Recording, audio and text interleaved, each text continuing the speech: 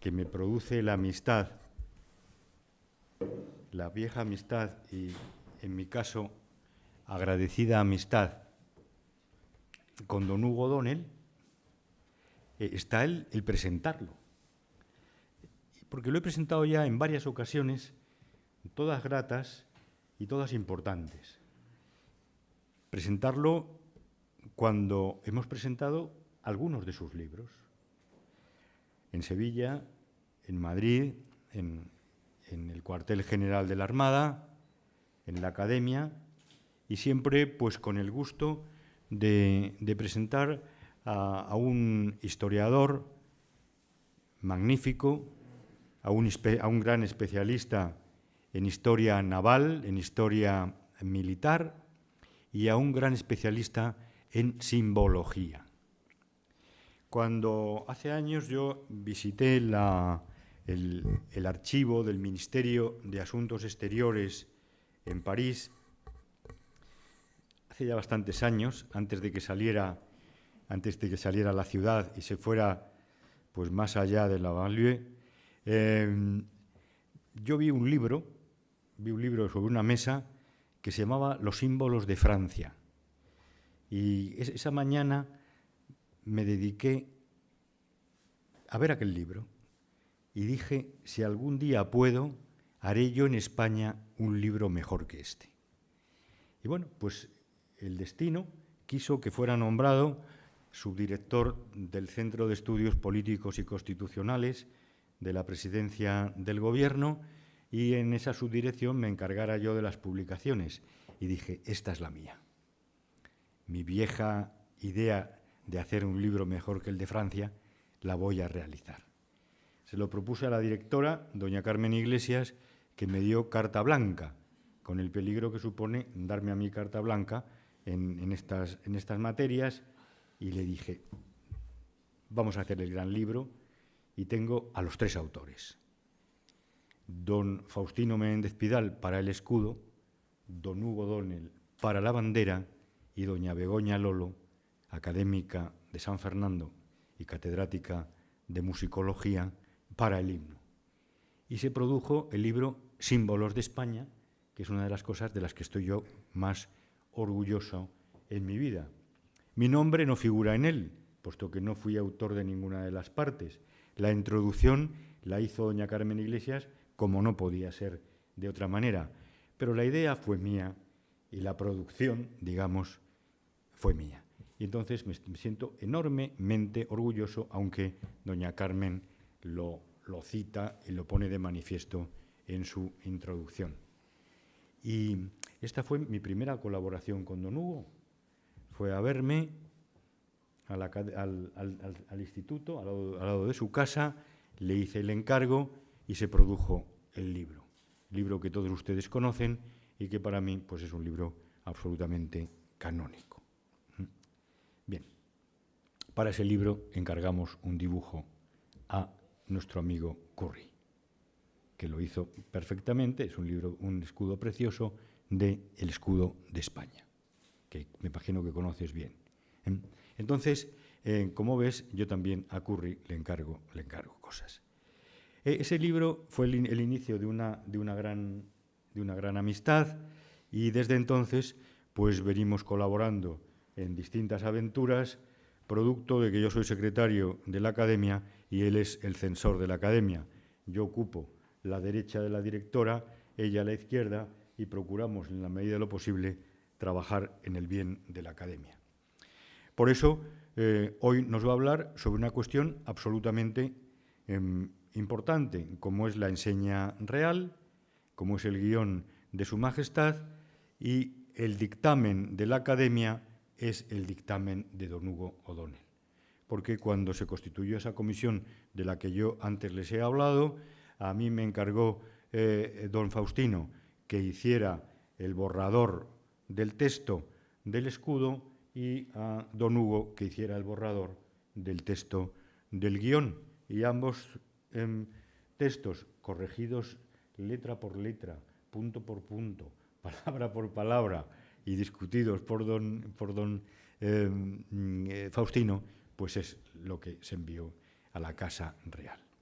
La producción de don Hugo pues tiene, digamos, tres campos principales. Uno, la simbología de la que les estoy hablando. Otro, la historia naval, en la cual pues es una primerísima autoridad y algunos de sus libros pues son canónicos. Estoy recordando ahora su magnífico libro Trafalgar, que todos ustedes conocen y habrán leído, y que es una delicia, y es además pues un libro, no sé si me atrevo a decir que definitivo, pero sí al menos casi definitivo, ¿eh? Pero claro, la producción en ese campo, pues no tienen ustedes nada más que entrar en Dialnet y es muy, muy extensa. Y luego otro campo, he hecho campos principales porque es un polígrafo histórico de alguna manera. Otro campo pues es la biografía, que yo me atrevería a llamarla en algún caso biografía genealógica. Biografía genealógica. Y tenemos el libro magnífico de López Pintado, que también es un libro modélico, a mi parecer, de lo que es una biografía genealógica, una biografía de un personaje de la Marina, pero que también en su discurso de entrada a la academia, otras publicaciones, nos hacen referencia a biografías de otros grandes marinos, otros grandes personajes de la historia de España. Y entonces, aquí va a acabar mi presentación, puesto que don Hugo es persona conocidísima, pero yo lo que he querido poner de manifiesto es que es un historiador esencial en la España actual en determinados campos. Muchas gracias. Muchas gracias, profesor Barrios, querido.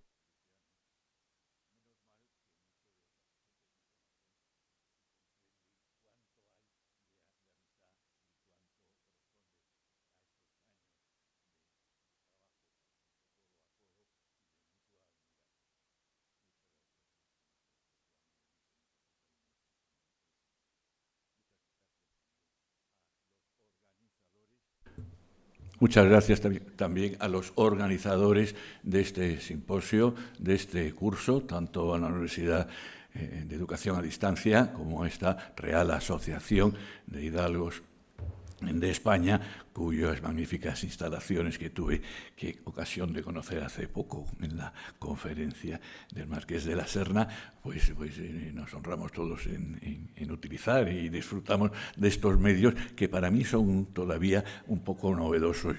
Yo estoy acostumbrado a otros medios más rústicos. Enhorabuena por todo ello. Y te quisiera agradecer también ya en persona, tanto una vez más al profesor Barrios como al profesor Alvarado, Javier Alvarado, por haber tenido esa deferencia que han tenido conmigo de contar con mi persona para esta lección, me cuesta trabajo llamarla de esa forma, o esta charla de clausura de este seminario. Creo que desde el primer momento pues acepté con muchísimo gusto esta oferta, incluso antes de saber que estaba divinamente remunerada, cosa que muy por encima de mis merecimientos, y lo agradecí enormemente y di este título que después de haber meditado pues me parece un tanto presuntuoso. La enseña real de la modernidad hasta nuestros días. En primer lugar, porque pienso que es muy difícil compendiar en el tiempo concedido pues nada menos que 5 siglos de devenir de la enseña real. Eso es uno de los motivos. Otro de los motivos es que dudo mucho que yo fuera o vaya a ser capaz de hacerlo.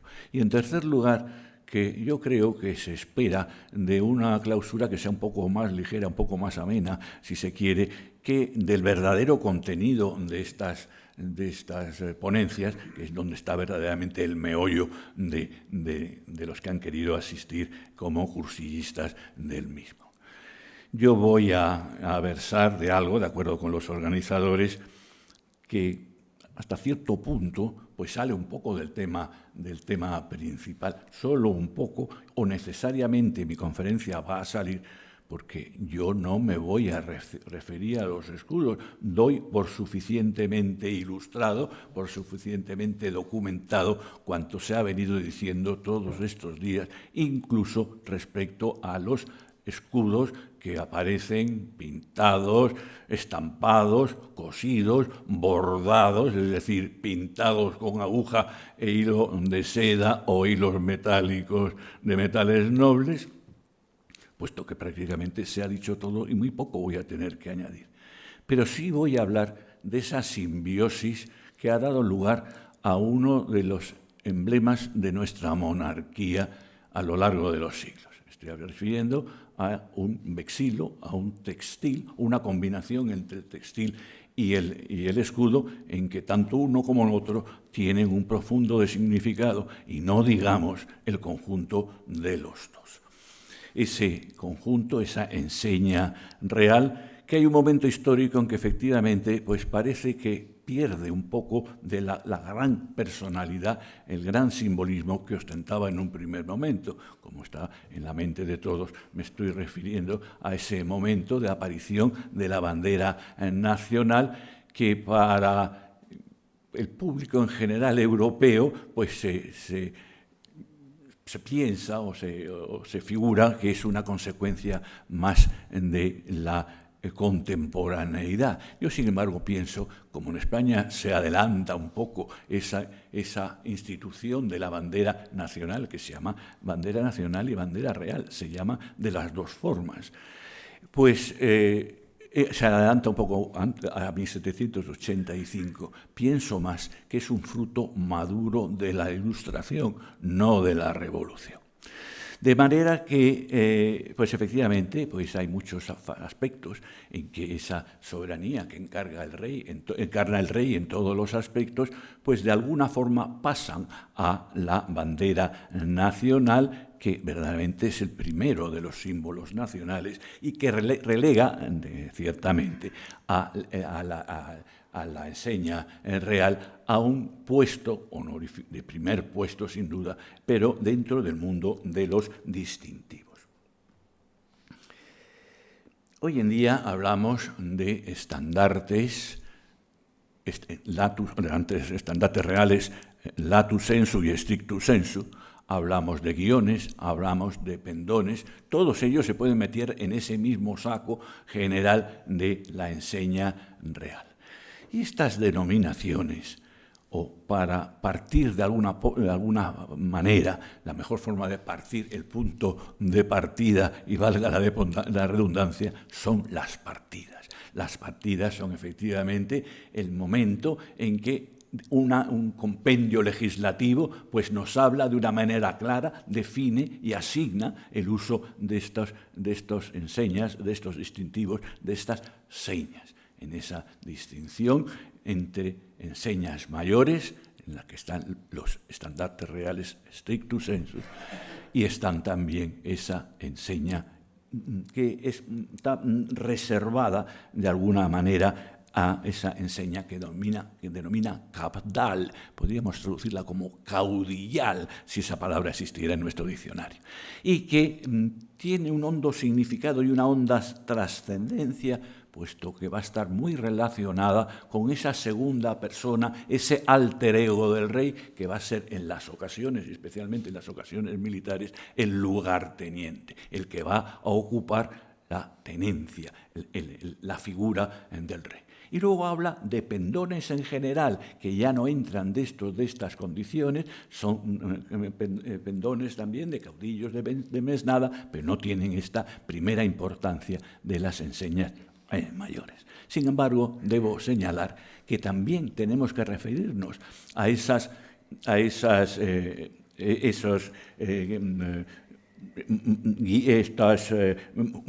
expresiones más menores, porque también hablamos en términos genéricos de pendones reales.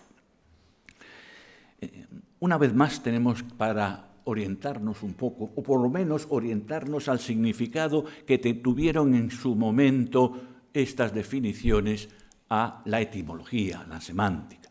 Tenemos que pensar que estandarte viene de extender en latín. Extendere significa pues extender, de manera que su misión es la de transmitir un conocimiento de una forma que efectivamente se vea, la forma en que un vexilo, en que una bandera, pues se transmita el conocimiento es extendiéndolo.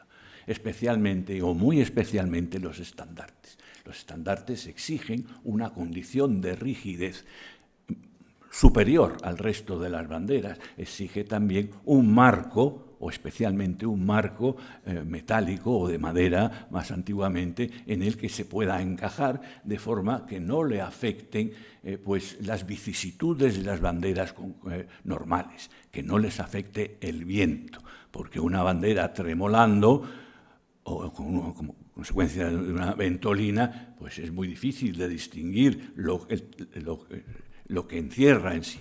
Y, en sentido contrario, una bandera amorronada, una bandera consecuente con la calma chicha que se está sufriendo en la mar, pues como una hoja, una flor mustia, pues tampoco puede transmitir lo que pretende. Respecto a los otros términos que estamos empleando, el guión, los guiones reales, pues hablan de guía, hablan de esa persona, del lugarteniente al que me he hecho referencia, hablan de una enseña, un emblema, un distintivo que por compromiso personal hay que seguir siguiendo al jefe. Y por lo que respecta a los pendones, que también estamos utilizando, como digo, en otro sentido, en esa palabra, en sentido mucho más genérico del término, pues también debemos pensar que efectivamente se trata de pendones porque cuelgan, porque penden de un asta o de una lanza. Durante toda la Edad Moderna, pues, o incluso de una forma más clara, se observa pues una difícil distinción de unos términos que son aún más genéricos, si cabe, y poco definitivos.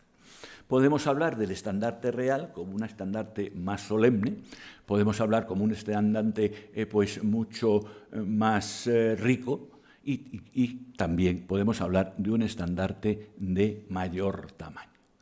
El guión, pues como diferencia, pues es una pieza pues, que comparte las situaciones y las ocasiones con el estandarte. Uno no sustituye al otro, por lo menos en esta época, posteriormente tampoco, en términos generales. Pero esta circunstancia no impide que el guión sea normalmente más pequeño y también tenga un carácter de proximidad a la real persona también mayor, y que sea portado por esa condición por un miembro de la oficialidad del ejército o de la marina, si correspondiera. Sin embargo, hoy en día parece que los términos se invierten. Por lo que respecta al estandarte, el estandarte actualmente es una bandera más, es una bandera que tremola y se agita como cualquiera. Y por lo que respecta a la representatividad o a esa solemnidad que tiene el estandarte, pues lo poco que le queda, pues lo ha heredado más bien el guión. Y lo ha heredado el guión en ese cordoncillo de oro en el borde del que arranca un fleco también de oro, que es la única ostentación que tiene ahora el estandarte, que no la tiene, y el propio guión. Incluso en la legislación, pues se observa cómo primero se trata del guión y luego se trata del estandarte, de manera que también de una manera pues está pues oficial, pues está dando una preferencia al guión sobre el estandarte. Por lo que respecta a los pendones, y es la única manifestación en esta época en que perviven, por lo menos en el término, tengo que hacer una alusión, no podré extenderme en ellos, respecto a los llamados pendones concejiles. Hace mucho tiempo que están en desuso, pero afortunadamente se conservan también algunas piezas, verdaderas piezas riquísimas y verdaderas piezas, joyas en algunos concejos de España. Estos pendones concejiles que son hablaremos del escudo, pero en una ocasión un escudo reducido, no es el escudo grande de las armas reales, porque el propio tamaño pues impediría, si lo que se trata es de transmitir una información, cuanto más pequeña que sea la tela, pues más difícil es que sea un escudo cuyos cuarteles evidentemente tendrían que ser disminuirse. Estos pendones reales que son de estas instituciones locales y tienen uso local y tienen algunas de las cualidades que emanan efectivamente y prerrogativas que emanan de ser unas copias menores del estandarte real. Don Feliciano hablaba de esas consecuencias también del escudo, consecuencias menores del estandarte, se podría decir exactamente igual, que se representa, por ejemplo, en el color de la chapa de los miembros de la Casa Real y en otras manifestaciones menores y que gozan por lo menos del parecido con el estandarte real. La característica común de todas estas enseñas reales es su condición de personales y privativas del monarca, como ya señalan las propias partidas, marcando un principio que se respetará con unas salvedades. Las dos salvedades fundamentales es la existencia de estos lugartenientes del rey, que son personajes que ocupan el puesto del rey, como he dicho, que puede tratarse de virreyes que tienen la consideración de cabeza política y también de capitanes generales, ostentan los dos mandatos, de los capitanes generales, bien sean del rey de mar o de guerra, y también las autoridades urbanas. Otra de las salvedades es que la existencia histórica de multiplicidad de estas enseñas.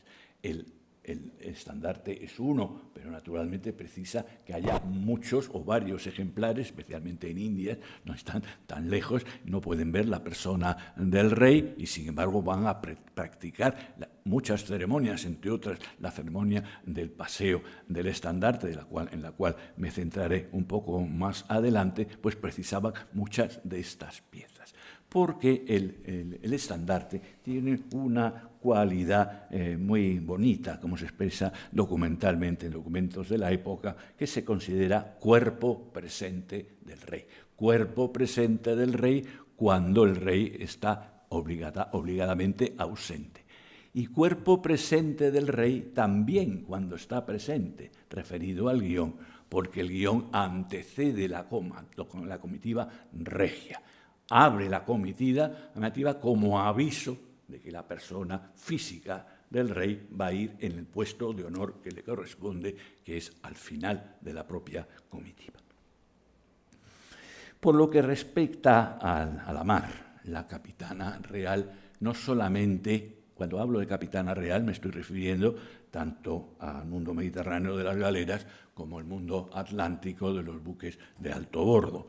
La capitana real ostenta naturalmente el estandarte real en el lugar del cual hablaremos que le corresponde, pero arbola también un juego completo de banderas que son representaciones menores de formas muy diferentes, pueden ser grímpolas, pueden ser gallardetes, pueden ser gallardetones, pueden ser flámulas o pueden ser banderas cuadradas menores, pero todas con la característica general de representar a ese mismo, el contenido fundamental de ese mismo estandarte real, formando un juego de gran vistosidad cuando corresponde el engalanado general de las ocasiones.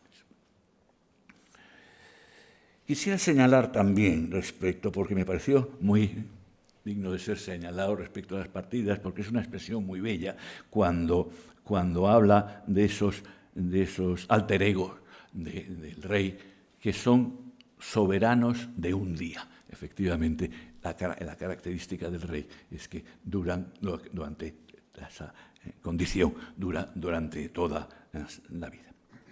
Su inicio es un inicio claramente militar, pero como ya he insinuado al hablar de los virreyes, tiene una doble vertiente. En realidad representa a todos los aspectos de la soberanía en cada uno y todos y cada uno de ellos. Y esta manifestación no la he encontrado de una manera clara, escrita en un texto legal, salvo el que considero, uno de los que considero respecto a nuestra contemporaneidad. No me estoy refiriendo a la edad contemporánea, sino a la contemporaneidad nuestra, o por lo menos la contemporaneidad del que les habla, en un texto que considero pues que es el origen de toda la legislación posterior.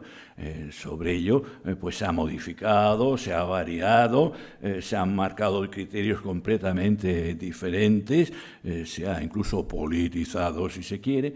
Me estoy refiriendo al reglamento de banderas, insignias y distintivos del año 45, de 1945, en el que, refiriéndose al guión del jefe del Estado, del general Franco, se dice, el guión se denomina de esta forma, guión de su excelencia el jefe del Estado, caudillo de la nación española y generalísimo de los ejércitos nacionales. Es decir, que tiene esas dos condiciones. Y lo dice del guión, que es precisamente la enseña que va a tener más características propiamente militares. Pues no exclusivamente, pero propiamente militares. Y voy a hablar de todas esas circunstancias, toda esa parafernalia que como consecuencia de esta condición se puede predicar del estandarte, los estandartes reales en general. En primer lugar, vamos a hablar de la forma. La forma ya la establecen las partidas, hablan de esa forma cuadra, es igual un cuadrado perfecto o no tan perfecto, porque cuando se refiere al guión, se refiere a una forma cuadra y farpada. Farpada tiene esa significación de que evidentemente ese cuadrado tiene que alargarse porque se le pretende dar esa forma bella de terminar en unas farpas, en unos lóbulos, tradición que terminará en esta época medieval, aunque tendrá algún resurgir en ese guión del jefe del Estado español, generalísimo Franco. Y tiene una tradición, eso sí, en los estandartes reales de la Armada.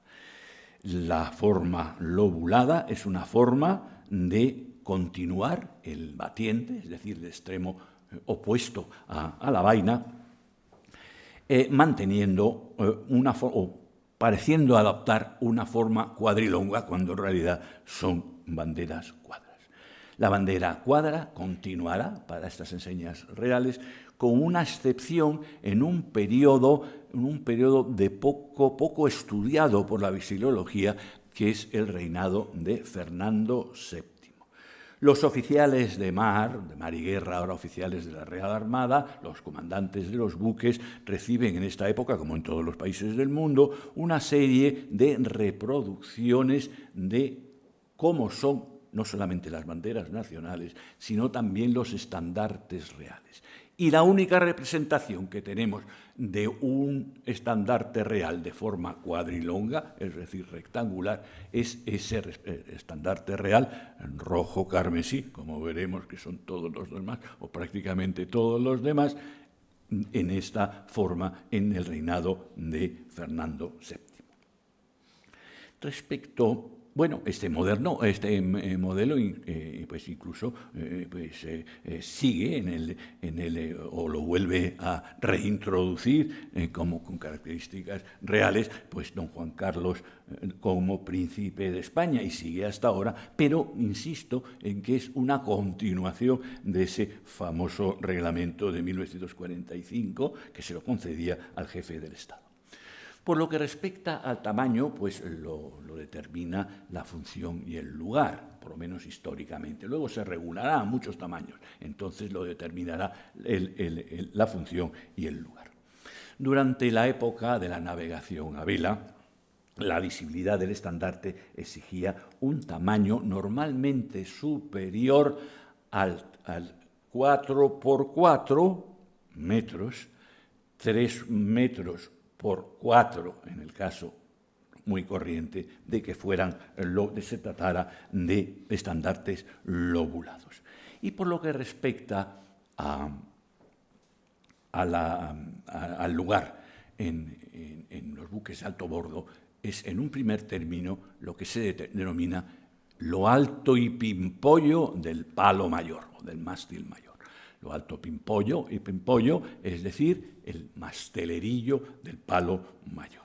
Pero más adelante se va corriendo hacia popa, un lugar muy oportuno, porque el ástil de popa ocupa una posición muy librada de otros tipos de vela. Está bajo la vela cebadera, está en un lugar en que se puede permitir el uso de un gran estandarte, como son estos estandartes de este tamaño a los que me estoy refiriendo. Y por lo que respecta a galeras, Galeras tiene una tradición, no sé si más antigua, pero sí desde luego pues más enjundiosa que los buques de alto bordo. Tiene unas exigencias que no tienen los otros buques, y se establece también la popa, eso sí, desde el principio, como el lugar idóneo para exhibir el estandarte real. Pero no completamente a popa, no en la toldilla, como es en el caso de los buques de alto bordo, sino es verdad, todavía en la popa, pero una situación de la popa del tercer tercio de galera, empezando por la proa, es decir, donde se inicia el tendal. Es ahí donde se arbolan estos estandartes, que por su parte son riquísimos, como también intentaremos ver. Y es una posición no solamente que responde a criterios tradicionales, sino también a criterios pragmáticos, porque la galera es un buque muy inestable, muy largo y muy inestable, y precisa equilibrar el peso del estandarte con algo en la otra banda, y ese algo es el esquife famoso, o el lugar del esquife que defendiera pues Miguel de Cervantes en la ocasión de los siglos.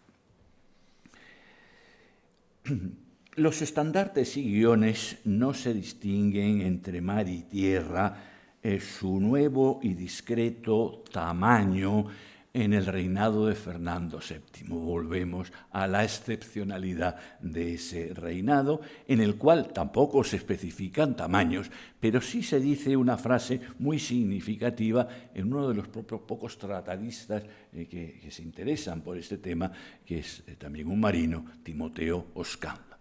Y Timoteo Oscandan afirma que los estandartes y guiones, o el estandarte real, son banderas del tamaño de las de insignia o algo mayor. No sabemos cómo eran no existe una normativa impresa o escrita sobre esto, que ellos se la supieran, pero sí nos indica en que se ha reducido bastante el tamaño. En la legislación actual hay muchos tamaños para el estandarte real y uno solo para el guión. El del guión es 0,80 metros, mientras que hay una gran diversidad de tamaños por criterios muy diferentes, bien sea porque el asta lo exige, bien sea porque el lugar lo exige, bien sea incluso porque la climatología lo exige, y hay tamaños que oscilan de 1,6 metros de lado hasta otros mucho más pequeños incluso que el guión, de 0,40 metros. En la Edad Moderna, los estandartes son enastados. Enastados quiere decir embutidos en el asta, siempre y cuando no vayan a ondear, que en un momento histórico, como he indicado, pasan a un edificio, pasan a un medio de desplazarse el rey o una nave en que precisan ser endrizados. Endrizados significa que para poder ser izados y arriados necesitan de una driza, que es el sistema, y una polea, que es el sistema de izar o de arriar el propio estandarte. Ya hemos visto, y no voy a insistir, porque ya don Feliciano también ha hecho una alusión a ello, que el tamaño del paño determina el escudo, sea completo o resumido, pero también las condicionantes de tipo político lo hacen. Es decir, que vamos a ver cómo en nuestros estandartes y nuestros guiones no va a ser el escudo de España tradicional o el escudo que podría ser resumido de acuerdo con su tamaño, sino otro que ya prescriben las leyes. Otro de los aspectos que me gustaría resaltar es, y exigido por su representatividad, es su suntuosidad. Estos escudos aparecen sobre unos paños especialmente costosos y especialmente ricos.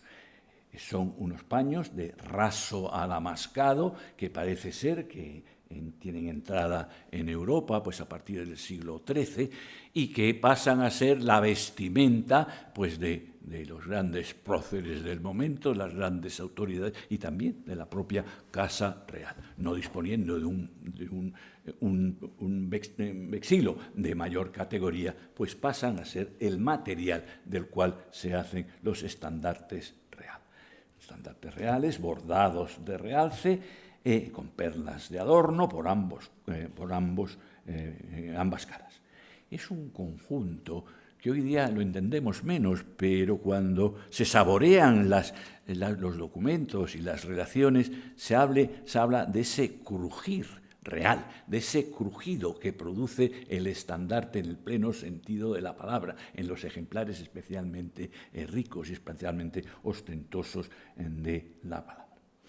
Cuando ocurre en la independencia de nuestras naciones hijas de España, en América, pues una de las cosas que tratan de quitarse de en medio, pues es este carácter de solemnidad, porque lo consideran una muestra de poder y de máxima jerarquía, que es contra lo que ellos han combatido.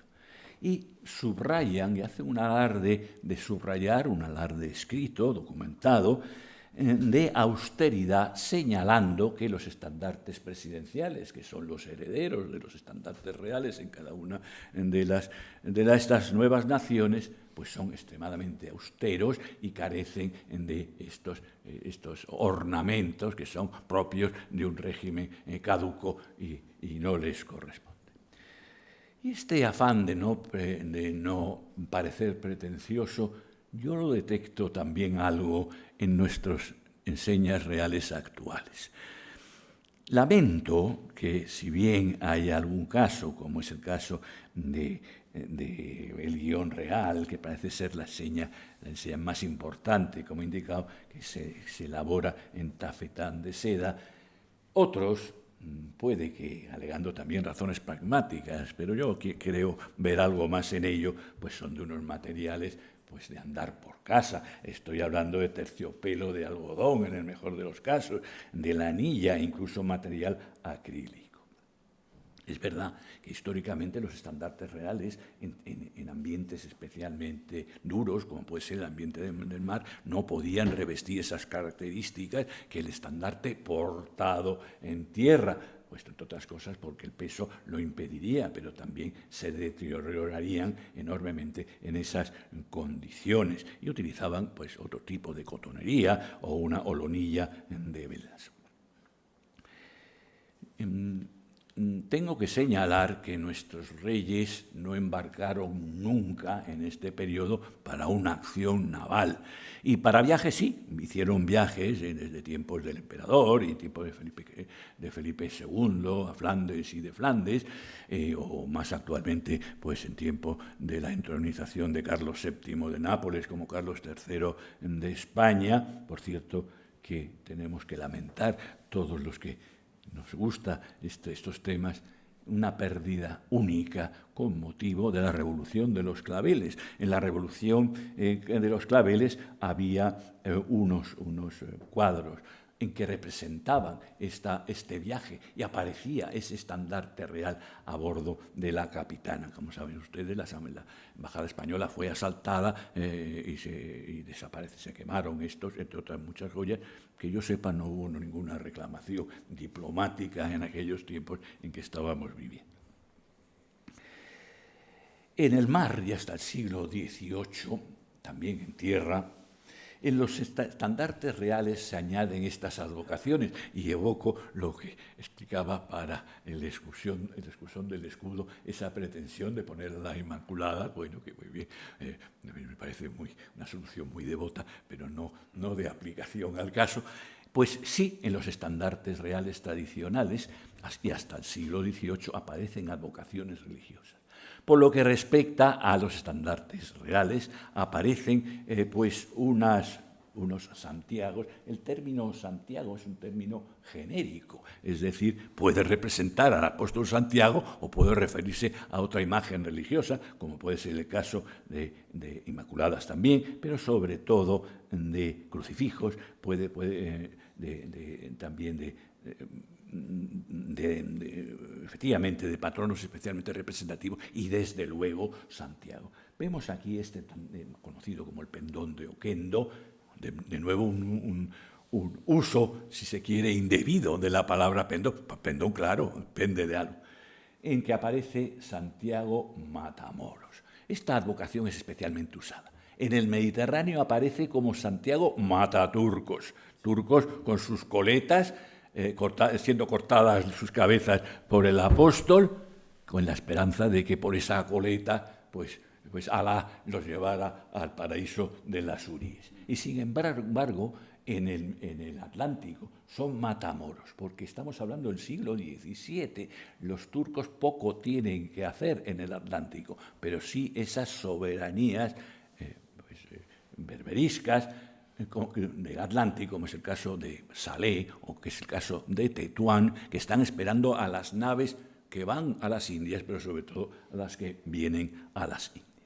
Y es el momento también en que se autoriza al lugarteniente de rey, que tiene autorización para utilizar el estandarte real, incluir a los pies del estandarte real sus propios blasones. Vamos a ver otra representación. Este es el estandarte real de la ciudad de Sanlúcar, bellísimo, en los colores, con la tela esa adamascada de la que hemos hablado y de lo color que vamos a hablar, en que aparecen a los pies pues esos sendos escudos, en este caso de los duques de Medina Sidonia.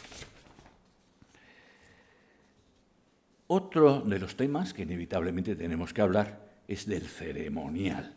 El ceremonial es fundamental. El estandarte es siempre exhibido con gran boato.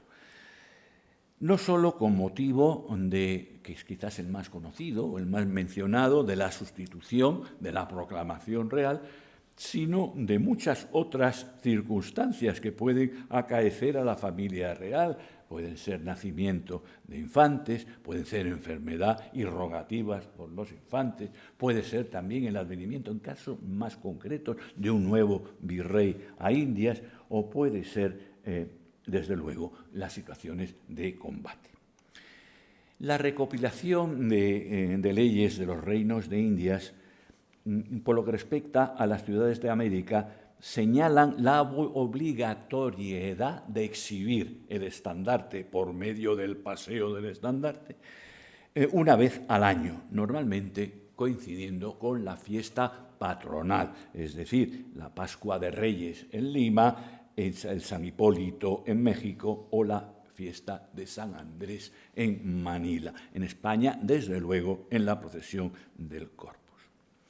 Su exhibición exige un portador relevante. Ese portador relevante es el alférez real, que es un cargo honorífico de gran relieve. Es un cargo que, al igual que los títulos nobiliarios, se transmite de padres a hijos, también como los títulos nobiliarios, en momentos de crisis, pues es enajenable por la corona, no por el poseedor.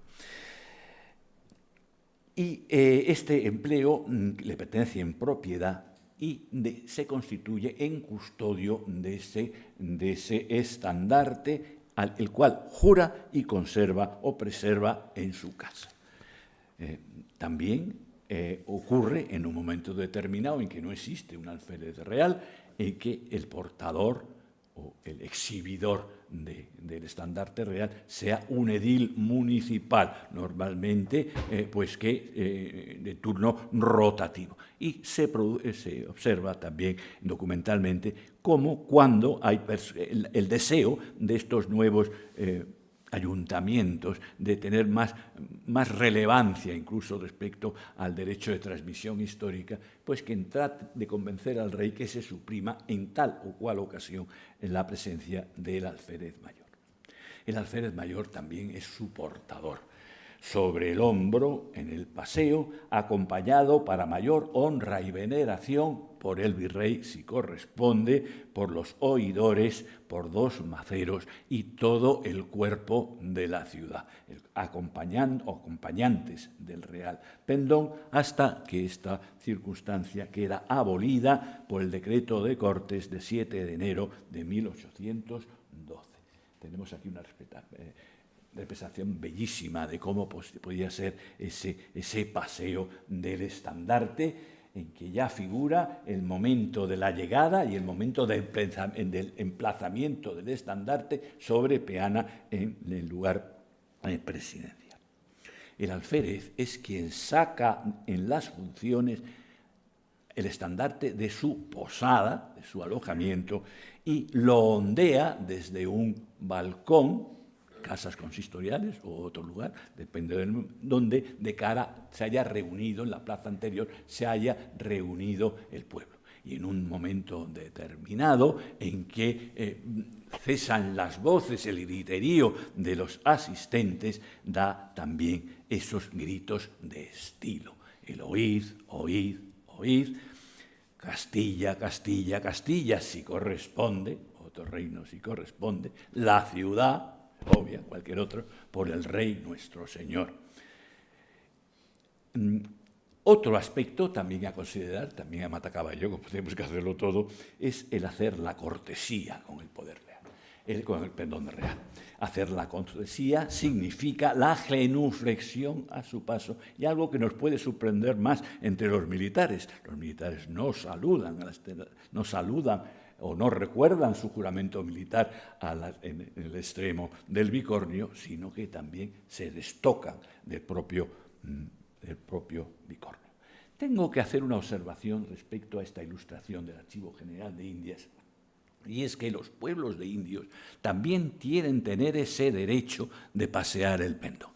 Y lo consiguen a medias, porque ya en el reinado de Carlos III hay la suspicacia de que, como quiera que en ese paseo del pendón también se lleva el retrato del nuevo rey, retrato que va a ser desvelado, claro, pues muchas veces no tienen reproducciones especialmente relevantes, y para la propia dignidad real se restringe ese paseo del guión para, como lo deseaban a finales del siglo XVIII los indios en el Cuzco, con motivo de la celebración de su patrono, Santiago. Respecto al guión, su portaestandarte siempre fue un oficial militar, no un alférez real, que lo portaba sobre cuja, que es esa bolsita de tela, que hoy también se sigue empleando y que se podía llevar a caballo, porque naturalmente el paseo puede ser a pie o puede ser con acompañamiento de fuerza a caballo que lleve el guión, no el estandarte. En este caso, pues es un oficial también de la Guardia Real, tradición que se mantiene hoy día. Hoy día es un teniente de la Guardia Real quien lo lleva en el sujeto al estribo derecho de su montura. Y como una concesión también a esas concesiones menores al estandarte, es el momento de hablar sobre ese banderín, más que guión, que también ostenta el jefe de la Guardia motorizada en la moto, que al fin y al cabo pues también es una representación del guión real. El ceremonial marítimo, y aquí me encantaría extenderme, pero no me es posible hacerlo, es muy puntilloso respecto al estandarte real. Se manifiesta de 2 formas, a la voz y al cañón. A la voz con los vivas, en la mar hay voces de honra y voces de deshonra. Las voces de honra son los vivas, las voces de deshonra son los vallas. Los vallas que se producían, por ejemplo, entre dotaciones rivales, cuando se cruzan de vuelta encontrada en la mar, pues se producían los vallas. Aquí son los vivas al rey.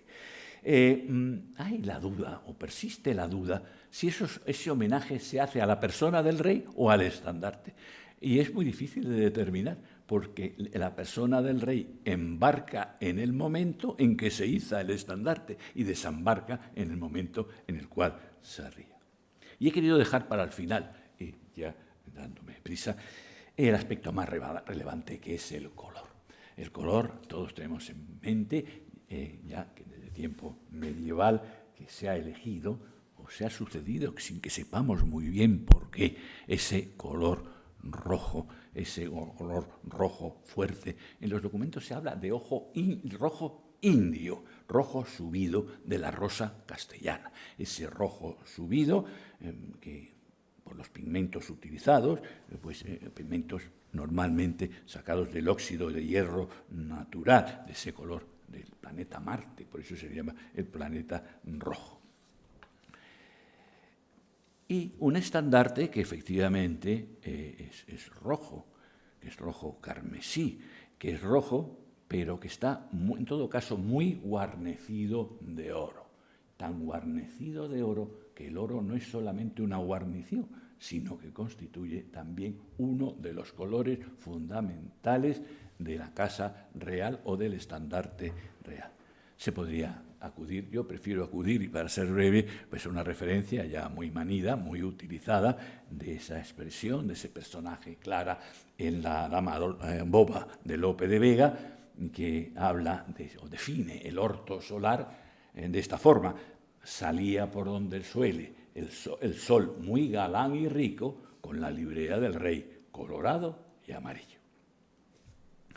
La entronización de la casa de Borbón crea un problema. Naturalmente, Felipe V desea seguir las pautas de su propia casa, de ese color blanco propio, que no es una ausencia de color, como he oído en alguna ocasión, sino que es color blanco, que es el color de su abuelo, ese color blanco Francia.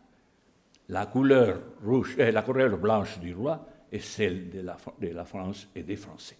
Y eso es lo que pretende hacer Felipe V, y se encuentra con una enorme oposición, un enorme apego a los estandartes reales tradicionales. Tenemos que tener en cuenta que especialmente en India, también naturalmente en la península, que son los propios estandartes de los conquistadores, el estandarte de Hernán Cortés o el estandarte también de la conquista de Cuba. De manera que no se suprime para nada el uso de los antiguos estandartes, y entonces se juega a una duplicidad. Incluso se ha dado el caso de ostentar ambos estandartes en este tipo de paseos.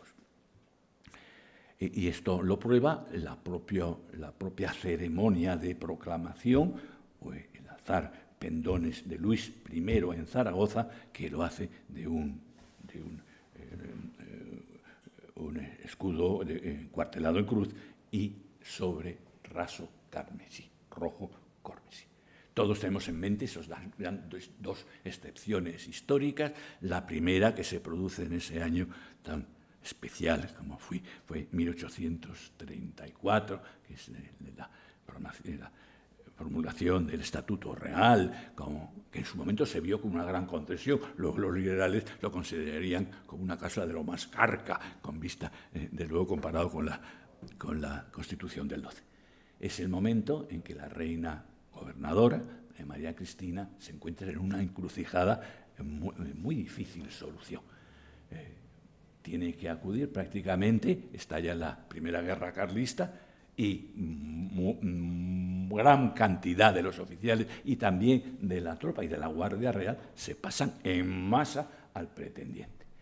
Y el único sostén que ella piensa que puede tener son esos elementos liberales, que ahora están todos en el exilio, pero que ella procurará atraer, esos elementos liberales que quiere atraer a su causa, y de hecho la hará. Y entonces adopta decisión personal, atribuciones para ello no podemos dudar que las tenía, y adopta ese pendón, que es el pendón morado, que continuará teniéndolo hasta don Alfonso XIII. He querido traer pues esta enseña naval.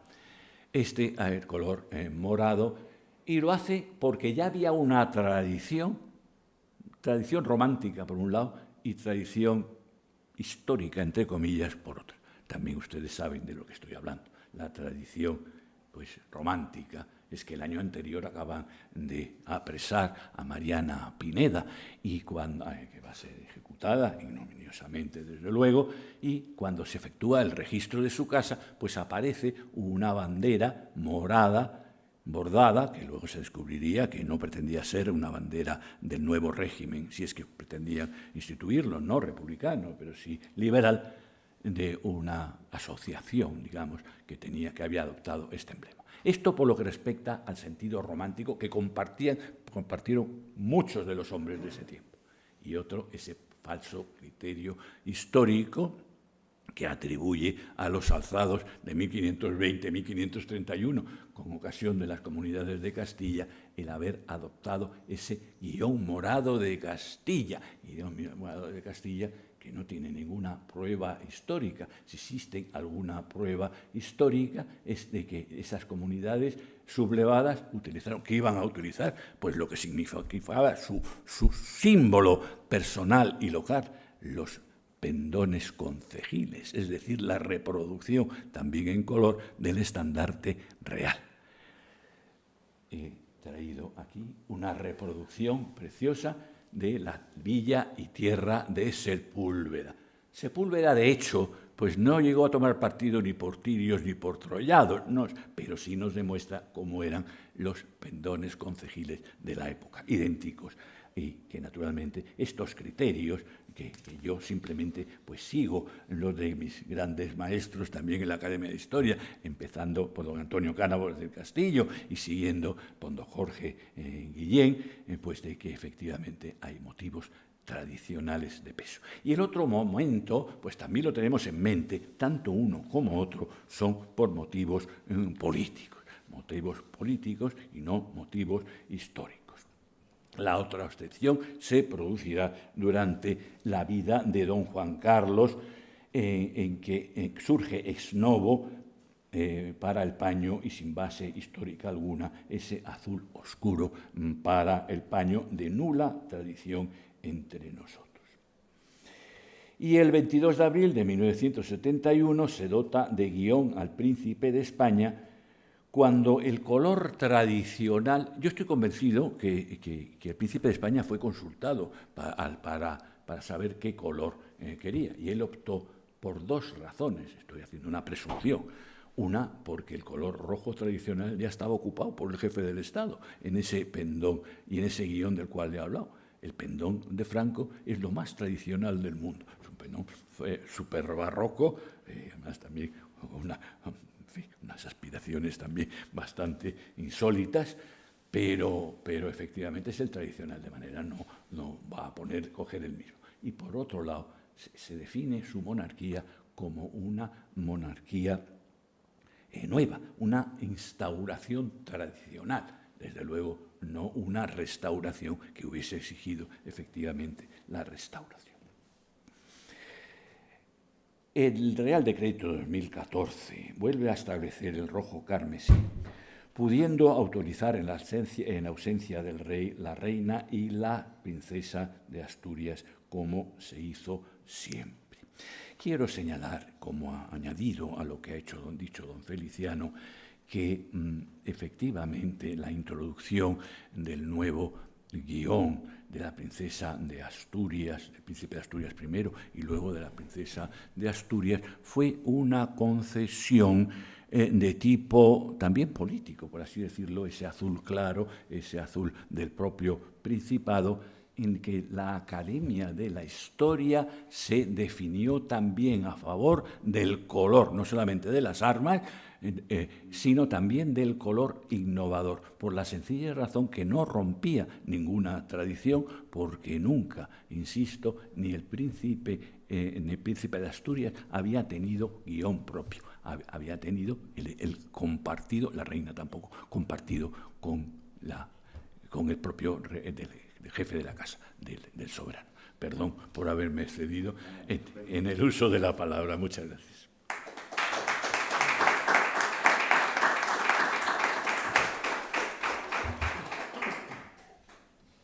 ¿Alguna pregunta? ¿Ninguna pregunta? Pues entonces voy a voy a terminar yo con otra anécdota de aquellos días en que hicimos todos estos dictámenes, que los técnicos de la fábrica de la moneda nos dijeron, pero ¿cuál es el color carmesí? ¿Cuál debemos utilizar? Tal. Entonces, don Hugo y yo miramos a la vitrina del despacho de la directora y vemos un precioso brocado. Unos paños ricos. Unos paños ricos, un brocado riquísimo, auténticamente. Dijimos, ese. Sí, fue la providencia. Muy bien, pues muchas gracias. ¿Querías decir algo? Manolo, ¿querías decir algo?